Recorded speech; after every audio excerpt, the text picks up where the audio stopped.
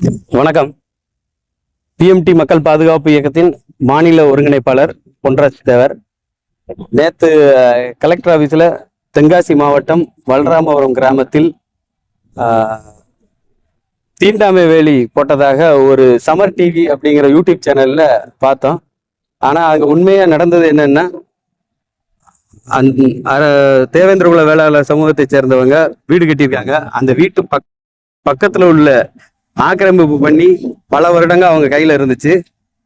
கடந்த 2 வருஷத்துக்கு முன்னாடி அவங்களும் சர்வேயரை கூப்பிட்டு வந்து அளக்குறாங்க. பார்ட்டிக்காரரும் சர்வேயரை கூப்பிட்டு அளந்திருக்காங்க. மொத்தம் 3 முறை வந்து சர்வே பண்ணியிருக்காங்க. சர்வே பண்ணி இடத்துல கல் ஊனும் போதும் அந்த தேவேந்திரகுல வேளாளர் சமூகத்தை சேர்ந்தவங்களும் கூட இருந்துதான் கல் ஊனியிருக்காங்க. கல் ஊனி இவர் தன்னுடைய இடம் மேலும் ஆக்கிரமிப்பு நடக்காம இருக்கிறதுக்காக ஃபென்சிங் வேலி போட்டிருக்கிறாரு. அதுவும் ஒரு சைடு தான், இன்னொரு பக்கமும் வந்து ஆக்கிரமிப்பு பண்ணிக்கிட்டு இருக்காங்க. இப்ப தேவையில்லாம கலெக்டர் ஆபீஸ்ல ஒரு ஜாதி மோதலை உண்டு பண்ணணும் அப்படிங்கிற நோக்கத்துல கலெக்டர்கிட்ட மனு கொடுத்துருக்காங்க. இதை வந்து மேலும் வளர விடாம சம்பந்தப்பட்ட நபர்கள் மீது கடுமையான நடவடிக்கை எடுக்கணும் அப்படின்னு எஸ்பி ஐயா வந்து நாங்க பார்க்க வந்திருந்தோம்.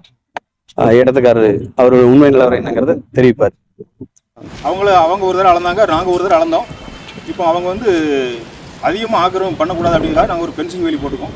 ஃபென்சிங் வேலி போட்டதுக்கு பாத்ரூம் வந்து இந்த பக்கம் அவங்க இடம் அதிகமாக தான் இருக்குது. பாத்ரூம் கட்டியிருக்கிறது உங்களோட இடத்துல தான் பாத்ரூம் கட்டியிருக்காங்க அவங்க. சரி சரி. வீட்டை கட்டி வச்சுட்டாங்க.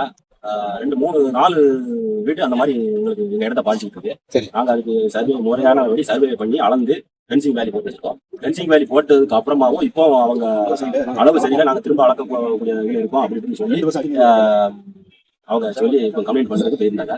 என்னன்னு சொன்னா, நம்ம இதை வந்து அளக்க வரல நம்ம இந்த வேலி போட்டதை என்னங்கிறத கேட்கறதுக்கு மாட்டாம எங்களை அவதூறா நம்ம அவங்கள பேசணும் வச்சோம், பிசிஆர் கேஸ் கொடுத்துருவோம் அப்படின்னு சொல்லி ஒரு கம்ப்ளைண்ட் கொடுத்துருக்காங்க. சரி,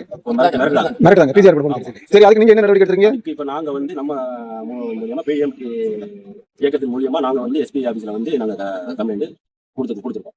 கொடுத்து எங்களோட இடத்துல தான் அவங்க வீடு கட்டிருக்காங்க. வீடு கட்டி இப்போ கொஞ்சம் கொஞ்சமா நாங்க ஊருக்குள்ள வேற இடத்துல இருக்கும்போது நம்ம கொஞ்சம் கொஞ்சமா ஆக்கிரமிப்பு பண்ணி வச்சிருந்தாங்க. எவ்வளவு இடம் ஆக்கிரமிப்புல இருக்கு? ஆக்கிரமிப்புனா ஒரு வீட்டுக்கு 3/4 சென்ட் இடம் ஆக்கிரமிப்பு பண்ணி வச்சிருக்காங்க. 5 வீட்டுக்காரங்க அந்த மாதிரி இருக்காங்க.